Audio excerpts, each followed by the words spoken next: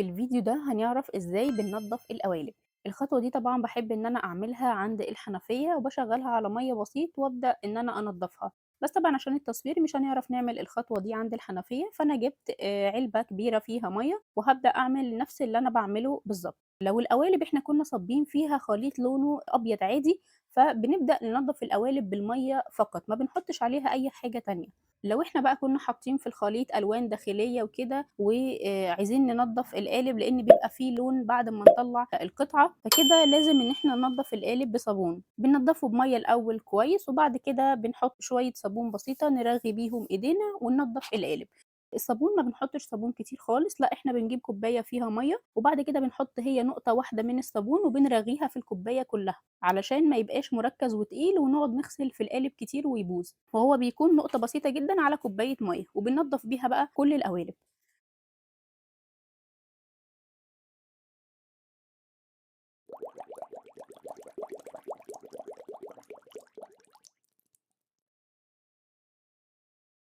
مهم جدًا إن إحنا ننضّف القوالب بعد أمّا أنا أطلّع القطعة من القالب على طول، ما ينفعش أسيب القالب ينشف فيه بواقي الخليط وبعد كده آجي إن أنا أنضّفه بعد كام يوم لمّا آجي أحتاجهم تاني، لأ، لازم القالب عشان أحافظ عليه لازم أنضّفه بعد ما أطلّع القطعة على طول. بانضّفه بمَيّة زي ما قُلنا لو الخليط كان أبيض، وبانضّفه بمَيّة وبعدها بصابون لو الخليط كان فيه ألوان داخلية، زي ما هنعمل مع بعض في الفيديو ده. وطبعًا القوالب بننضّفها من جوّه ومن برّه، يعني بننضّف كل مكان في القالب، علشان لو في أي بواقي خليط ينضف كويس وما ينشفش عليه حاجة.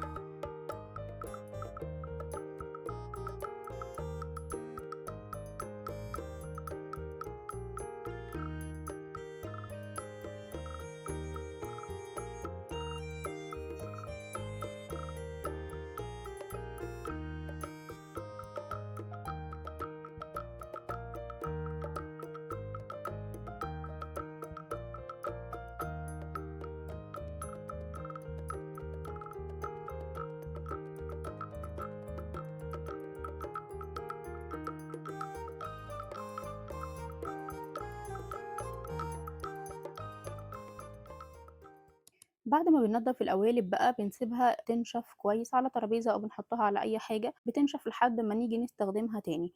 لو احنا مستعجلين عليها ممكن ننشفها بمناديل أو فوطة أو أي حاجة، لو مش مستعجلين عادي سيبوها تنشف براحتها. وبس كده، دي كانت طريقة تنظيف القوالب. لو وصلتوا لحد هنا من الفيديو أتمنى تعملوا لايك وشير علشان الفيديو يوصل لناس تانية كتير.